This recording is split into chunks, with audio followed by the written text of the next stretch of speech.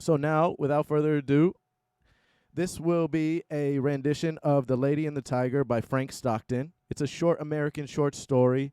Frank Stockton lived he was born in the late 1800s and was alive during the turn of the century. And this was one of the stories that he told that generated a lot of controversy in the parlors, in the speakeasies, in the bars of what the decision should be made. Should the man pick the lady or the tiger? Let's get into it. In the very olden time, there lived a semi-barbaric king whose ideas, though somewhat polished and sharpened by the progressiveness of distant Latin neighbors, were still large, florid, and untrammeled, as became the half of him which was barbaric. He was a man of exuberant fancy, and withal of an authority so irresistible, at his will he turned his varied fancies into facts. He was greatly given to self-communing, and when he and himself agreed upon anything, the thing was done. When every member of his domestic and political systems moved smoothly in its appointed course, his nature was bland and genial. But whenever there was a little hitch, and some of his orbs got out of their orbits, he was blander and more genial still, for nothing pleased him so much as to make the crooked straight and crush down the uneven places. Among the borrowed notions by which his barbarism had become semified was that of the public arena, in which his exhibitions of manly and beastly valor, the minds of his subjects were refined and cultured. But even here the exuberant and barbaric fancy asserted itself. The arena of the king was built, not to give people an opportunity of hearing the rhapsodies of dying gladiators, nor to enable them to view the inevitable conclusion of a conflict between religious opinions and hungry jaws, but for purposes far better adapted to widen and develop the mental energies of the people.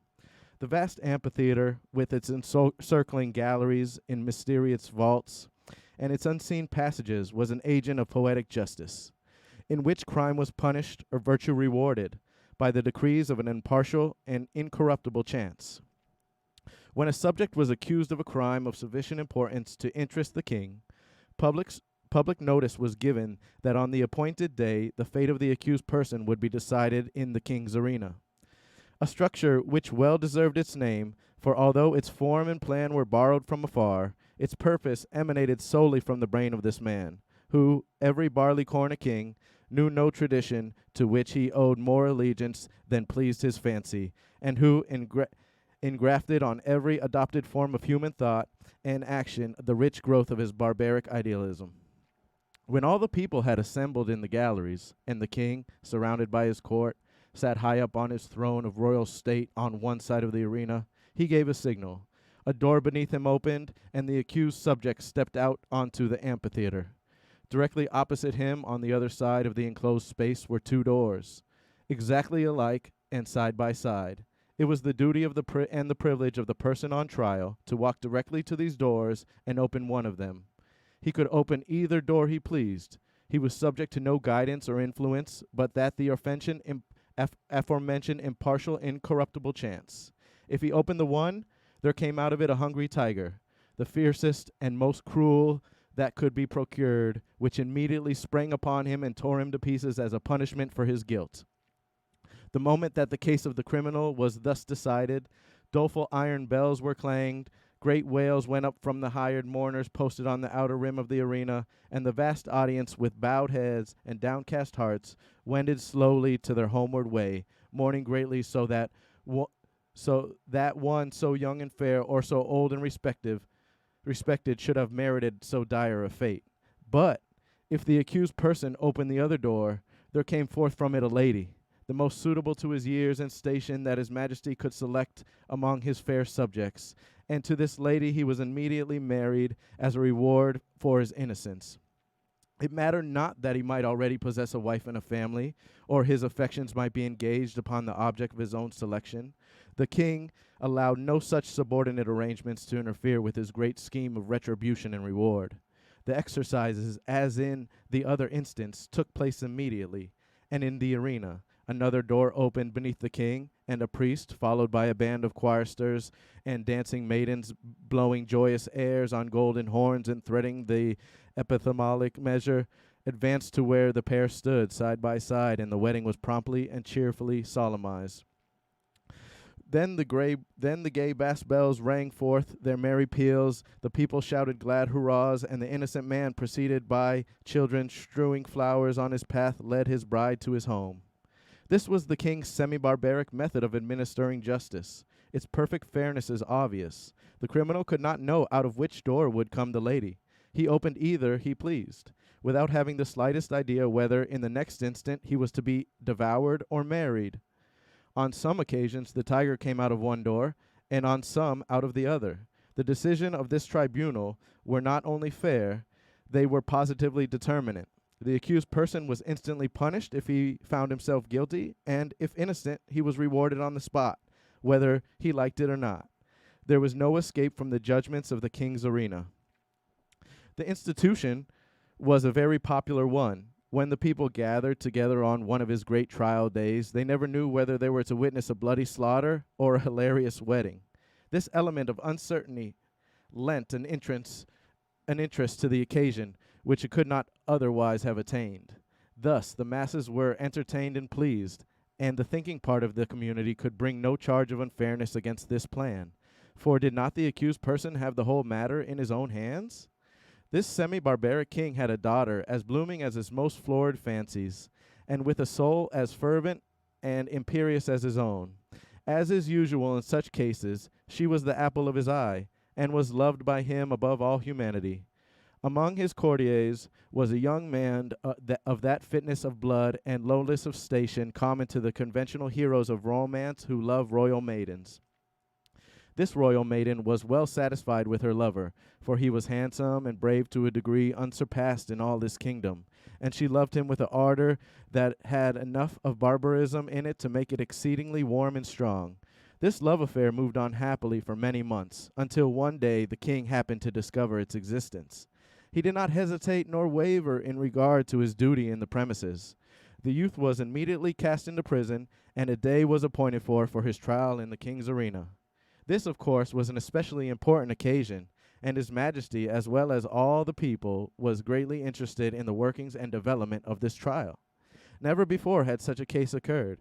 Never before had a subject dared to love the daughter of the king. In after years, such things became commonplace enough, but then they were in no slight degree novel and startling. The tiger cages of the kingdom were searched for their most savage and relentless beasts, from which the fiercest monster might be selected for the arena, and the ranks of maiden youth and beauty throughout the land were carefully surveyed by competent judges, in order that the young man might have a fitting bride in case fate did not determine for him a different destiny. Of course, everybody knew that the deed with which the accused was charged had been done. He had loved the princess, and neither he, she, nor anyone else thought of denying that fact.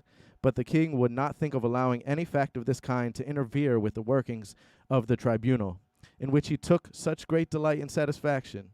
No matter how the affair turned out, the youth would be disposed of, and the king would take an aesthetic pleasure in watching the course of events, which would determine whether or not the young man had done wrong in allowing himself to love the princess. The appointed day arrived. From far and near, the people gathered and thronged the great galleries of the arena. The crowds, unable to gain admittance, massed themselves against the outside walls. The king and his court were in their places. Opposite the twin doors, those fateful portals, so terrible in their similarity. All was ready. The signal was given. The door beneath the royal party opened, and the lover of the princess walked into the arena. Tall, beautiful, fair, his appearance was greeted with a low hum of admiration and anxiety. Half the audience had not known so grand a youth had lived among them. No wonder the princess loved him. What a terrible thing for him to be there. As the youth advanced into the arena, he turned, as the custom was, to bow to the king. But he did not think at all of that royal personage. His eyes were fixed upon the princess, who sat to the right of her father. Had it not been for the moiety of barbarism in her nature, it is probable that the lady would not have been there, but her intense and fervid soul would not allow her to be absent on an occasion in which she was so terribly interested. From the moment that the decree had gone forth that her lover should decide his fate in the king's arena, she had thought of nothing, night nor day, but this great event and the various subjects connected with it. possessed of more power, influence, and the force of character than anyone who had ever been interested in such a case. She had done what no other person had done. She had possessed herself the secret of the doors. She knew in which of the two rooms that lay behind those doors stood the cage of the tiger, with its open front, and in which waited the lady. Through these thick doors, heavily curtained with skins on the inside, it was impossible that any noise or suggestion should come from within to the person who should approach to raise the latch on one of them. But gold and the power of a woman's will had brought the secret to the princess. And not only did she know in which room stood the lady ready to emerge, all blushing and radiant, should her door be opened, but she knew who the lady was. It was one of the fairest and loveliest of the damsels of the court who had been selected as the reward of the accused youth. Should he be proved innocent of the crime aspiring to one so far above him? And the princess hated her. Often had she seen or imagined that she had seen this fair creature throwing glances of admiration upon the person of her lover, and sometimes she thought these glances were perceived and even returned. Now and then she had seen them talking together. It was but for a moment or two, but much can be said in a brief space. It may have been one on most unimportant topics, but how could she know that? The girl was lovely, but she had dared to raise her eyes to the loved one of the princess, and with all the intensity of the savage blood transmitted to her through long lines of holy barbaric ancestors, she hated the woman who blushed and trembled behind that silent door. When her lover turned and looked at her, and his eyes met hers as she sat there paler and whiter than any one in the vast ocean of anxious faces about her, he saw, by that power of quick perception which is given to those whose souls are one, that she knew behind which door crouched the tiger, and behind which stood the lady. He had expected her to know it. He understood her nature, and his soul was assured that she would never rest, and she had made plain to herself this thing, hidden to all others lookers on, even to the king. The only hope for the youth in which there was any element of certainty was based upon the success of the princess discovering this mystery, and the moment he looked upon her, he saw that she had succeeded. In his soul he knew she would succeed. Then it was his quick and anxious glance that asked the question, which? It was as plain to her as if he shouted it from where he stood. There was not an instant to be lost. The question was asked in a flash, and it must be answered in another. Her right arm lay on the cushioned parapet before her. She raised her hand and made a slight, quick movement toward the right, but no one but her lover saw her. Every eye but his was fixed on the man in the arena. He turned and with a firm and rapid step walked across the empty space. Every heart stopped beating, every breath was held, every eye was fixed immovably upon that man. Without the slightest hesitation, he went to the door on the right, and he opened it. Now, the point of the story is this. Did the tiger come out of that door, or did the lady?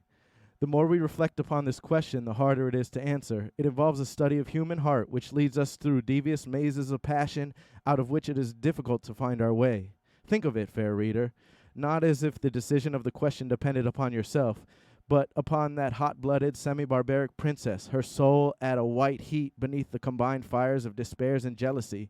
She had lost him, but who should have him?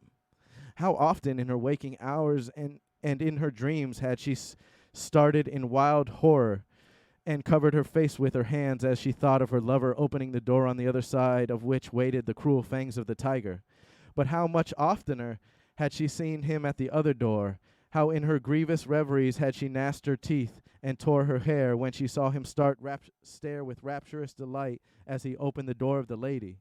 How her soul had burned in agony when she had seen him rush to meet that woman.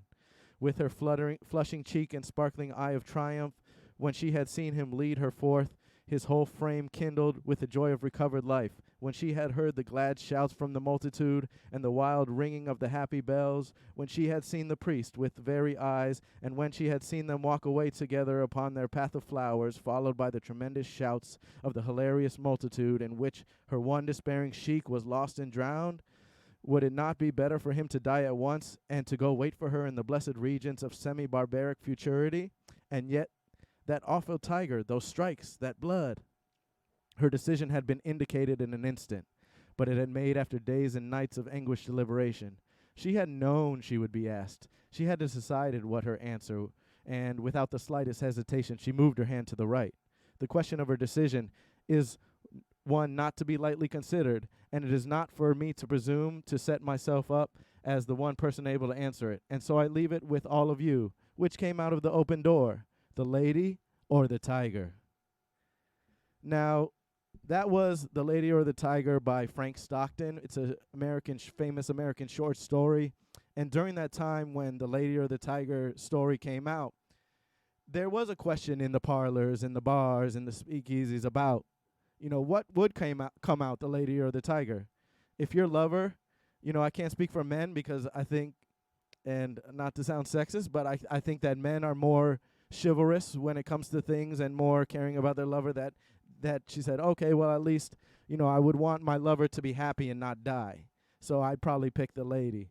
But what the author Frank Stockton said about the semi-barbaric princess, she wouldn't want her lover to be in the arms of another and be wed, and she would have to live with the fact that her lover, the one that she's deeply so in love with, is living and happy with another woman. So most likely, in my opinion, I believe that the princess told her lover to go to the tiger door and sent her lover to the tiger to be destroyed, because she probably rationalized that, oh, I'll probably just see him in heaven. If he just goes to the tiger, I'll probably see him in heaven anyway, and then I won't have to be jealous of him for the rest of the life. So I just thought that was something, because we still deal with those decisions every day. Not only on the Leo Be the Lion show, not only in my life, but I know every one of you out there listening deals with tough decisions. Maybe not life or death decisions, but it just shows how many factors go into making decisions, and how we may never know really the outcome of the decision, as you might never see the outcome of your decision that you made, but it will still have far-reaching effects. And I like to think that's the moral of the story, is that your decisions have effects, whether you like it or not, or whether you chose that or not. Your decisions that you make do have effects on you.